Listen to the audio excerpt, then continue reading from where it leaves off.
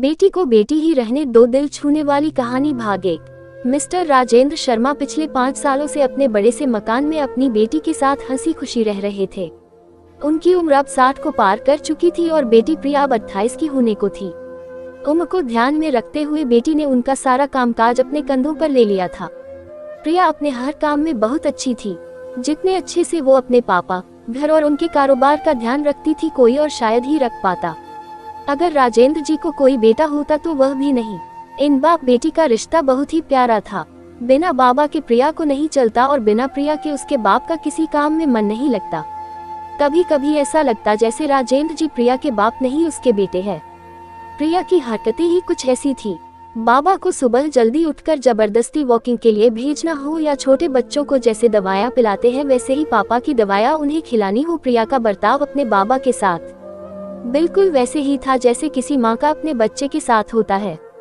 प्रिया के बाबा भी कुछ कम नहीं थे। जब प्रिया उन्हें दवाई खाने के लिए देती तो आधी दवाई खाते और आधी छुपा लेते, लेकिन प्रिया की नजरों से बच नहीं पाते। फिर वह उनके सामने खड़ी होकर सारी दवाई उन्हें जबरदस्ती खिलाती।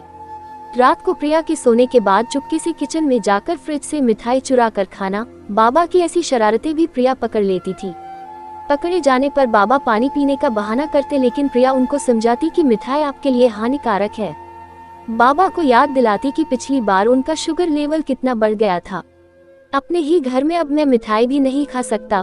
बड़बड़ाते हुए, नाराज होने की एक्टिंग करते हुए बाबा किचन से चले जाते। फिर प्रिया उन्हें मनाने के लिए एक मिठाई का टुकड़ा पापा के पास लेकर जाती और फिर वो दोनों उसे आधा आधा बांट कर खाते।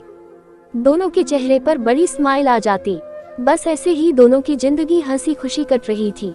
उनका घर बहुत बड़ा था, उसमें कई कमरे थे, इसलिए उन्होंने सोचा कि एक किराएदार रख लिया जाए। पैसों के लिए नहीं, लेकिन प्रिया के ऑफिस जाने के बाद अकेले रह रहे राजेंद्र जी को थोड़ा सा ही सही किसी का साथ मिल जाए, इसलिए जल्दी ही एक किराएदार फाइनल हो गया। उनका नाम अमर सिंह था। उम्र उनकी 50-51 की होगी। एग्रीमेंट पेपर बनाने के दौरान पहली बार वह राजेंद्र जी और प्रिया से मिले। उन्हें दोनों से मिलकर काफी अच्छा लगा और अब अमर सिंह अपनी बीवी के साथ राजेंद्र जी के घर पर किराएदार के तौर पर रहने लगे।